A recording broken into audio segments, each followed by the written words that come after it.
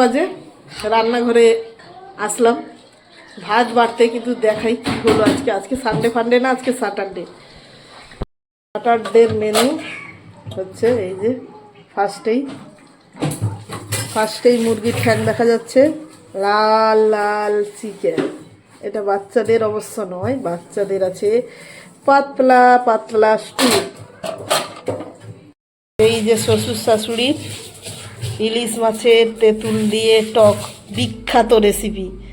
এই রেসিপি কেউ চাইলে আমি পরে কোনো দিন দিয়ে দেবো। এই রেসিপির দিতে কিছুই লাগে না, এমনিতেই হয়ে যায়, একদম ইজি আর সোজা আর খেতে টেস্টি।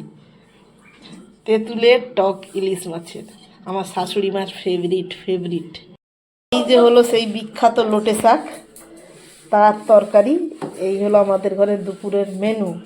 ওই চাটনির আজকে কোনো ব্যবস্থা নেই কেন গো? চালতা চাটনি আছে? আমার চাটনি ছাড়া তো সবাই না, লেবুর আচার কোনো কিছু আচার আছে, না হলে অজ্ঞান হয়ে যাবে সবাই। শুধু না, আমার শাশুড়ি মায়ের তো টক হয়েছে, তার আর চাটনি লাগবে না, যাদের চিকেন খাবে তাদের চাটনি আছে। এক হাঁড়ি ভর্তি ভাত, সেটা আর দেখালাম না। হ্যাঁ, বাচ্চাদের লেগেছে মারপিট, এবার যেতে হবে। টাটা, সবাই ভালো থাকবেন, সুস্থ থাকবেন, আর জমিয়ে খাওয়া দাওয়া করবেন। স্যাটারডে আর সানডে না, জমিয়ে খাওয়া দাওয়া করা হলেও চলবে না। এত খুশিরও দিন নেই, বেঁধেছে যুদ্ধ ওদিকে, তাই অত খুশির নাই।